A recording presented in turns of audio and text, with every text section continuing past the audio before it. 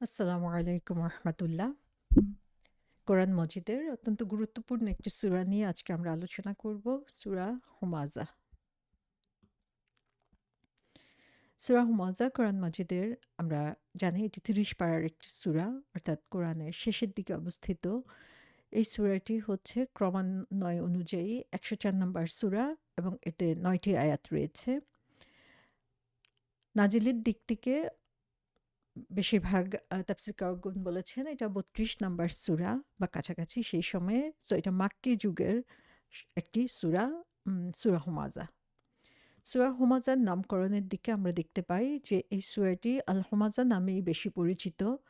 এর আর কয়েকটি নাম রয়েছে, যেমন সূরা ওয়াইলুই ওয়াইলুই কুল্লি হুমাযা অথবা সিরাহতুল হুমাযা বলা হয়ে থাকে এই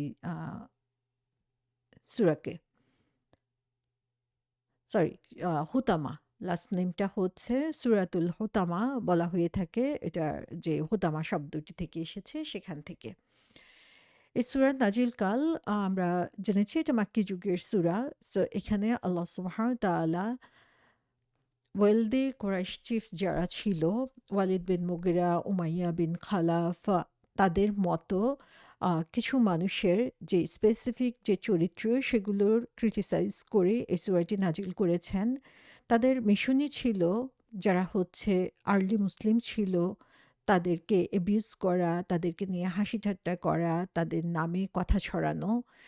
সো আল্লাহ সুবহানাহু ওয়া তাআলা তাদেরকে জানিয়ে দিচ্ছেন যে তাদের সম্পদ তাদেরকে রক্ষা করবে না।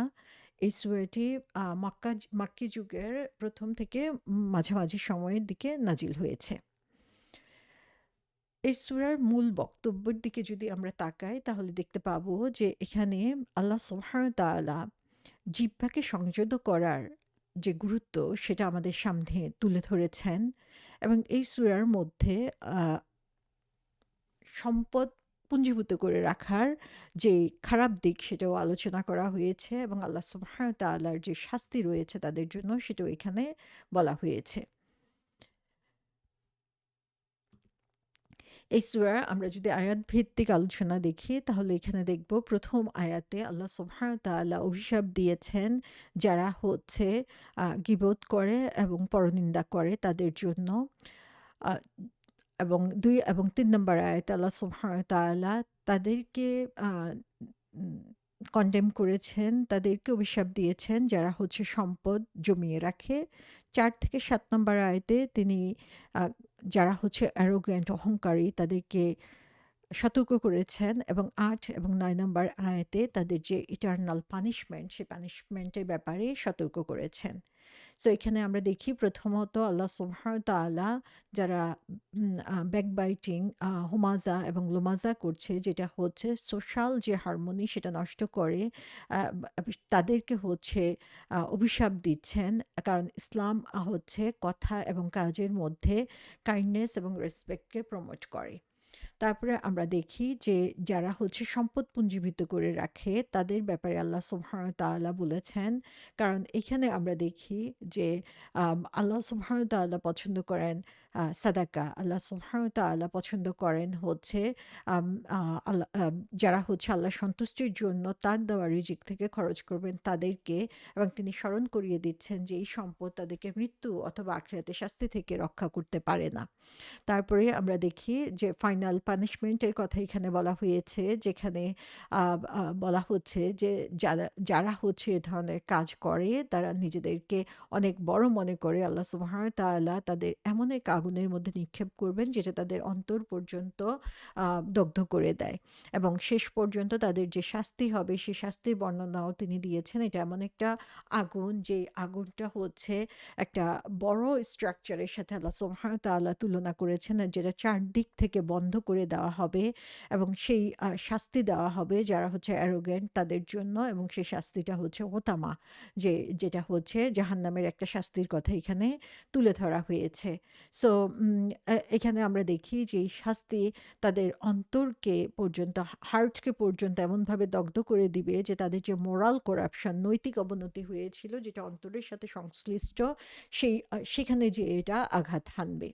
সো এই সূরার সাথে আমরা দেখি যে আমরা পূর্ববর্তী সূরাগুলোর সাথে একটা কানেকশন রয়েছে এবং সূরা তাকাসুর, সূরা আল আসর এই সূরাগুলোর সাথে গভীর একটা সম্পর্ক আমরা দেখতে পাই সূরা আল হুমাযা।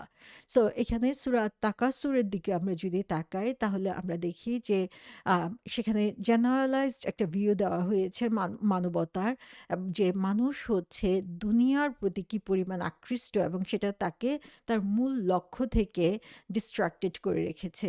সো যারা হচ্ছে এই দুনিয়াবী আকর্ষণ দিয়ে কন্টিনিউয়াসলি ডিস্ট্রাক্টেড হচ্ছে এবং তারা মৃত্যুর আগ পর্যন্ত সেটা রিয়েলাইজ করতে পারে না, তো তাদের জন্য আল্লাহ সুবহানাহু ওয়া তাআলা বলেছেন যে কবর হচ্ছে তাদের রিয়েলিটি, তাদের কবর হচ্ছে তাদের বাসস্থান, কারণ তখন সেখান থেকে ফিরে যাওয়ার আর কোনো সুযোগ তাদের থাকবে না। তারপরে আমরা দেখি সূরা আল আসরে আল্লাহ সুবহানাহু ওয়া তাআলা একটা মেসেজ দিয়েছেন এই মানব জাতির প্রতি যে প্রত্যেকটা মানুষ হচ্ছে ক্ষতির মধ্যে নিমজ্জিত। সো এই যে ক্ষতি, এই ক্ষতি থেকে যদি তোমাকে বাঁচতে হয় তাহলে তোমাকে কি করতে হবে? তুমি ডিস্ট্রাক্টেড হলে হবে না, তুমি অলস হলে হবে না। তোমার এখনকার সময়টাকে তোমার কাজে লাগাতে হবে। এই সময়ের শপথ করে আল্লাহ বলছেন যে এই সময়টুকুতে তুমি যতটুকু ভালো করতে পারবা, তোমার জন্য যে সেট টাইম রয়েছে সেটা শেষ হওয়ার আগে যতটুকু এটাকে কাজে লাগাতে পারবা তার উপরই হচ্ছে তোমার সফলতা নির্ভর করে।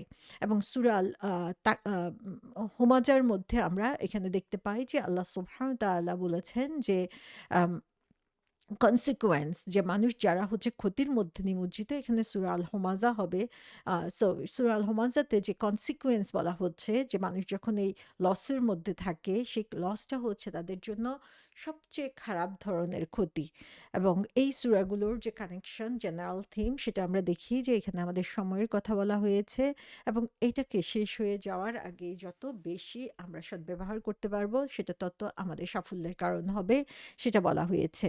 সূরা হুমাযাতে আল্লাহ সুবহানাহু ওয়া তাআলা বলেছেন যে মানুষ আসলে তার এই ক্ষতির মধ্যে কি পরিমাণ গাফেল হয়ে গিয়েছে সেটা আমরা দেখতে পাই তার কাজের মধ্যে। তার কাজ সেটার প্রতিফলন ঘটায়। কোনো স্কলার বলেছেন যে আ এর এই সূরা হুমাযাতে যেইভাবে জাহান্নামের বর্ণনা দেওয়া হয়েছে কোরআনের আর কোথাও এত সিভিয়ারলি এই আ বর্ণনা দেওয়া হয় নাই। সো যে সবচেয়ে যে ক্ষতিকর কাজগুলো সেগুলোই যেন আল্লাহ সুবহানাহু ওয়া তাআলা এখানে উল্লেখ করেছেন এবং তার জন্য সবচেয়ে বেশি শাস্তির কথা তিনি বলেছেন। সো এই সূরার মধ্যে আমরা দেখি যে আল্লাহ সুবহানাহু ওয়া তাআলা জাহান্নামকে যেভাবে আমাদের সামনে তুলে ধরেছেন, যে সেখানে তিনি বলেছেন নারুল্লাহ, যে আল্লাহর আগুন যে কত সিভিয়ার সেটা আমরা চিন্তা করতে পারি। যেখানে না অন্য সূরাতে আল্লাহ সুবহানাহু ওয়া তাআলা বলেছেন নারু জাহান্নাম, যে জাহান্নামের আগুন। কিন্তু এখানে আল্লাহ সরাসরি এই আগুনটাকে নিজের সাথে কানেক্টেড করেছেন, যার মাধ্যমে আসলে আমরা এই সূরাতে যে কাজগুলোর কথা বলা হয়েছে সেই কাজগুলো যে কত ঘৃণিত এবং তার শাস্তি যে কত প্রকট হতে পারে সেটা আমরা এখান থেকে দেখতে পাই। এবং এই সিভিয়ারিটি আরো বাড়িয়ে দিয়েছে এই সূরাতে যখন আমরা দেখি যে এই সূরাটাই হচ্ছে লাস্ট সূরা কোরআনের মধ্যে, আমরা যদি ক্রমান্বয় অনুযায়ী যাই, যেখানে আখিরাতের কথা, আফটার লাইফ এর কথা বলা হয়েছে এবং এরপরে আল্লাহ সুবহানাহু ওয়া তাআলা আর আখিরাতের কথা বলেন নাই। অর্থাৎ এখানে এসেই এই সর্বোচ্চ শাস্তির কথা বলেই আল্লাহ সুবহানাহু ওয়া তাআলা আখিরাতের বর্ণনা কোরআনে শেষ করেছেন।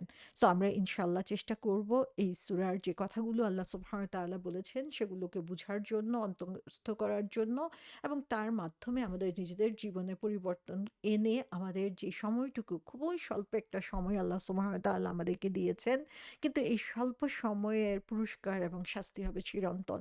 সো এই সময়টুকুকে আমরা যতটুকু পারা যায় সদ্ব্যবহার করার জন্য চেষ্টা করব। আল্লাহ সুবহানাহু ওয়া তাআলা আমাদেরকে সেটা বুঝার এবং করার তৌফিক দিন।